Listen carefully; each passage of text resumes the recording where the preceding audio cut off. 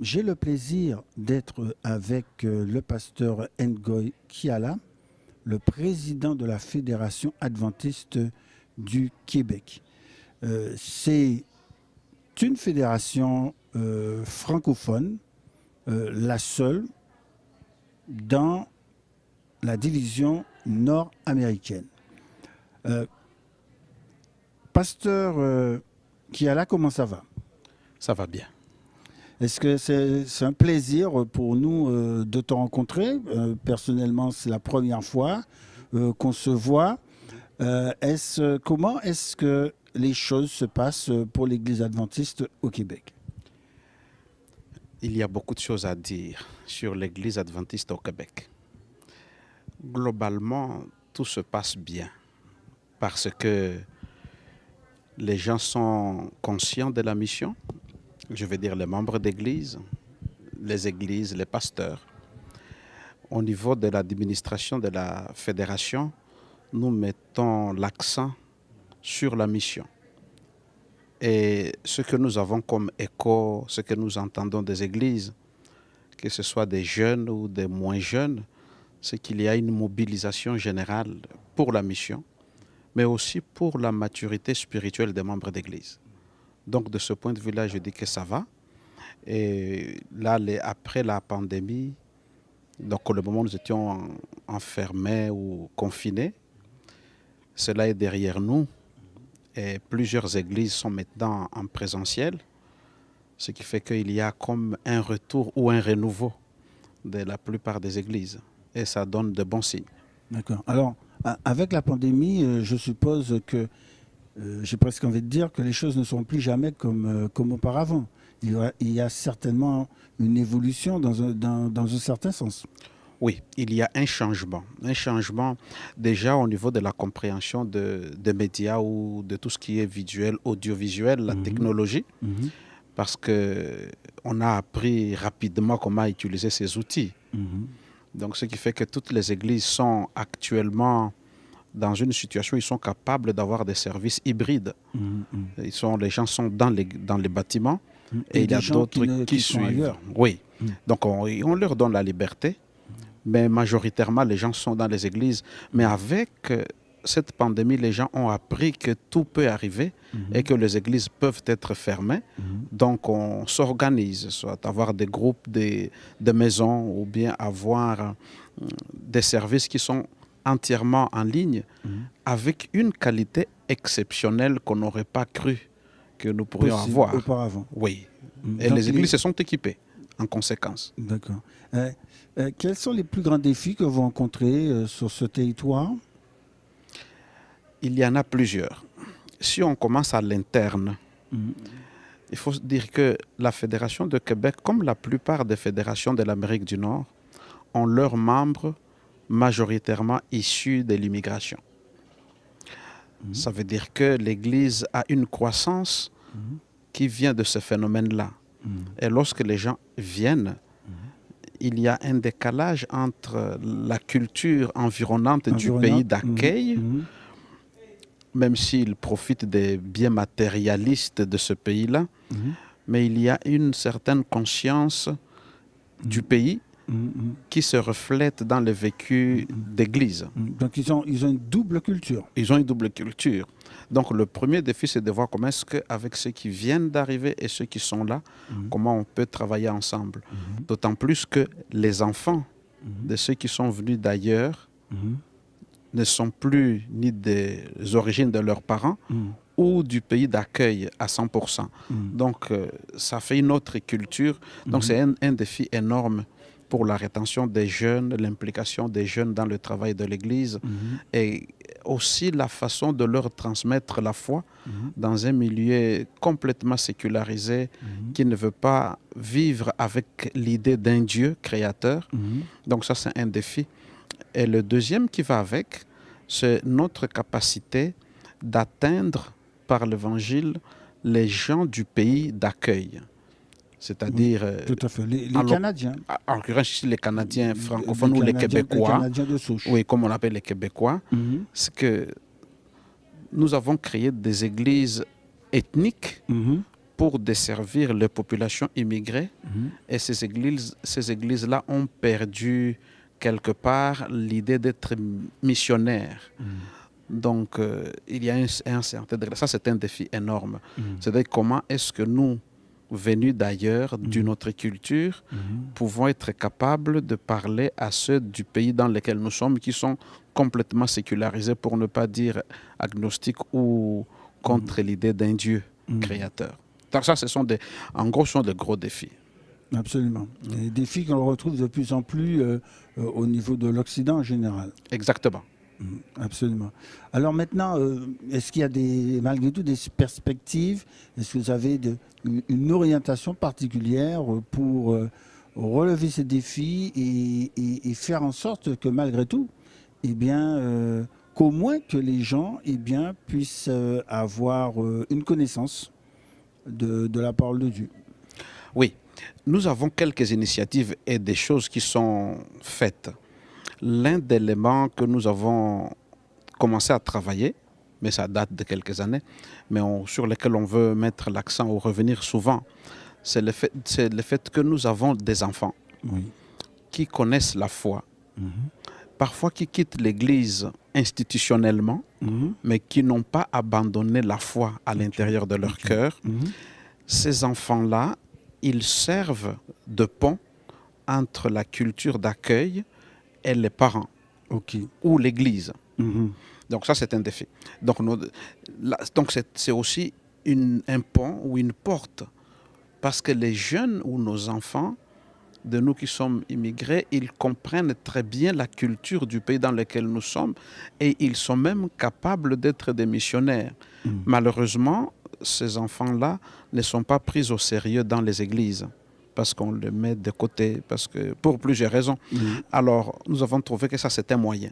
Donc, encourager les jeunes à être fiers de leur foi, encourager les jeunes à être capables de dire leur foi, mais aussi de les soutenir dans leurs initiatives, même s'ils veulent faire des services d'église qui sont différents de ce qui est traditionnellement admis.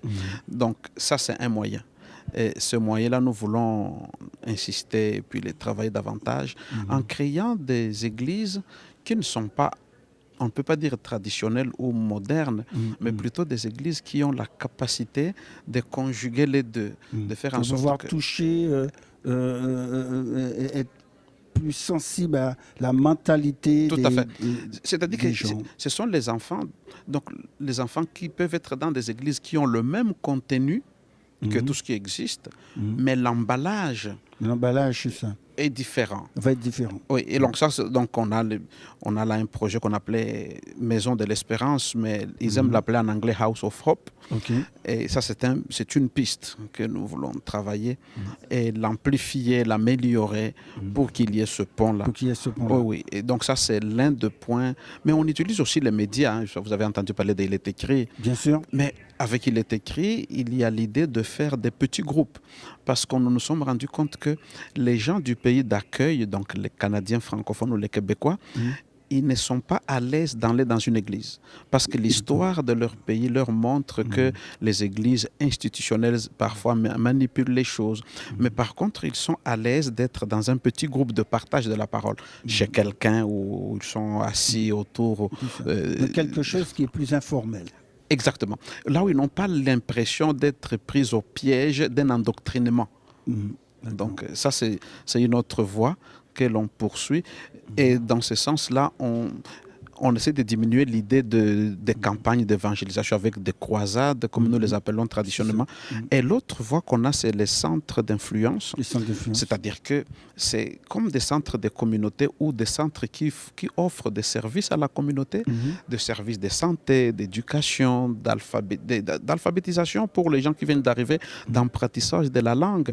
On en a un dans la ville de Québec et aussi un autre dans la ville de Warwick. C'est-à-dire qu'on fait des rencontres, les membres d'église sont bénévoles pour aller rencontrer les gens de l'endroit où se trouve l'église pour leur offrir des cours de piano gratuitement, des cours de guitare gratuitement, des cours d'anglais gratuitement, la distribution de repas, beaucoup de choses comme ça. Non pas dans l'objectif de les convertir, mais plutôt d'avoir des amitiés qui vont nous permettre de rendre témoignage de ce qui nous anime. Donc, en gros, ce sont ces moyens-là qu'on veut privilégier. D'accord. Très bien. Juste une dernière question, puisque nous sommes à la conférence générale, à la session.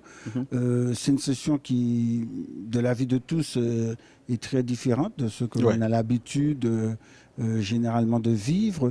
Comment, personnellement, cette expérience est vécue pour toi? En fait, j'ai déjà vécu d'autres sessions. Bien. Déjà, on voit qu'il y a moins de monde. Mais en tant qu'un administrateur dans les bureaux, ça ne me dérange pas parce que je pense qu'il y a quelques économies financièrement par le temps qui court. Il faut garder de l'argent. C'est ça. Mais par contre, je vois qu'il y a un défi. Rapidement comme ça, je sens de plus en plus la difficulté de faire fonctionner une grande organisation avec différentes cultures, mais aussi avec différentes compréhensions de la culture et de la religion et des églises. Et je le vois au travers des votes, comment est-ce que les délégués d'un territoire perçoivent les choses. Voter d'une certaine manière, exactement. etc. Même si chacun a raison, situé dans son contexte. Peut-être qu'il faudra un jour envisager qu'il y ait un moment où on ne fait que des échanges pour se comprendre mieux avant de pouvoir passer au vote, parce que sinon ça devient des votes divisifs. Mais je vois aussi qu'il y a un intérêt chez plusieurs délégués de pouvoir exprimer ce qui ne va pas, ce qu'ils souhaitent comme amélioration. Donc, est-ce qu'on ne confond pas l'unité et l'uniformité? Ça a toujours été le cas. Parce que vous savez, le défi d'une session, c'est de faire en sorte que les gens des différents niveaux culturels, des différents niveaux de compréhension, puissent trouver quelque chose qui soit fonctionnel. Pour certains, l'unité veut dire l'uniformité. C'est-à-dire que tout le monde fait pareil. Oui. À la limite, on nous mettrait tous l'uniforme pour qu'on soit pareil. Ça ne pourra pas tenir. Ça ne fonctionnera pas. C'est pour cela que même Dieu, dans la création, il a fait la diversité. En fait, la diversité n'est pas de l'ordre de nos pensées, c'est de l'ordre de la nature. C'est en fait ce que Dieu affectionne. Exactement. Donc, ça, c'est le point qu'il faut travailler. Peut-être, je pense qu'il faudrait qu'il y ait un peu plus de pédagogie pour que les gens comprennent quel est le rôle de la conférence générale dans une diversité qui sera de plus en plus croissante avec les écarts économiques, socioculturels, théologiques. Ça va être énorme avec le temps qui vient, ça ne va pas être facile. Mais je pense qu'il y a de l'espoir. J'ai néanmoins quelques regrets parce que j'aurais aimé qu'il y ait beaucoup plus de jeunes. Je vois dans les nominations, je vois dans les délégués. Plus de femmes? J'aurais aimé qu'il y ait plus de jeunes, plus de femmes, parce que quelque part, nous sommes en train d'oublier ceux qui sont la majorité de nos églises. Parce que la plupart de nos églises, ce sont des jeunes et des femmes ou des femmes et des jeunes. Il faut tenir compte du monde réel. Exactement. À la fois dans l'église et en dehors. Exactement. Donc, dans notre église, ça me fait de la peine de voir que je suis délégué moi-même, mais que je ne représente pas nécessairement la population de mon territoire. Parce que dans mon territoire, il y a des jeunes, il y a des femmes, il y a des gens qui n'ont pas droit à la parole. Et ça, c'est un élément administratif. Je pense qu'on y pensera. Mais sinon, globalement, c'est un bon moment, même s'il est court, parce qu'on n'aura pas beaucoup de temps pour fraterniser, rencontrer des amis, pour faire la fête. Ça sera très peu. Mais du moins, on peut se réjouir du fait qu'on a pu faire cela malgré les défis technologiques ou autre chose. Donc, c'est une bonne chose en soi. Eh bien, merci beaucoup pour nous avoir accordé ce moment d'entretien, Pasteur Kiala. Nous sommes vraiment ravis de pouvoir avoir cet échange, notamment au niveau du Québec. Et nous saluons tous nos amis de la région du Québec et du Canada en général. Et nous prions pour que Dieu vous accorde un bon ministère et nos prières vous accompagnent également. Merci afin beaucoup. que dans ce territoire, il y ait beaucoup de personnes qui apprennent et qui découvrent qui est Jésus-Christ. Merci beaucoup et je pense qu'il est aussi de tout chrétien de prier les uns pour les autres et prier pour que le travail de Dieu se fasse, même si les circonstances ne sont pas faciles. Et l'œuvre lui appartient et c'est lui qui donnera les moyens pour y arriver. Et il est de notre devoir d'être fidèles à tout ce qu'il nous a donné et d'être fidèles à nos vocations respectives. Merci beaucoup pour votre invitation. Eh bien, c'est moi, un plaisir. Merci.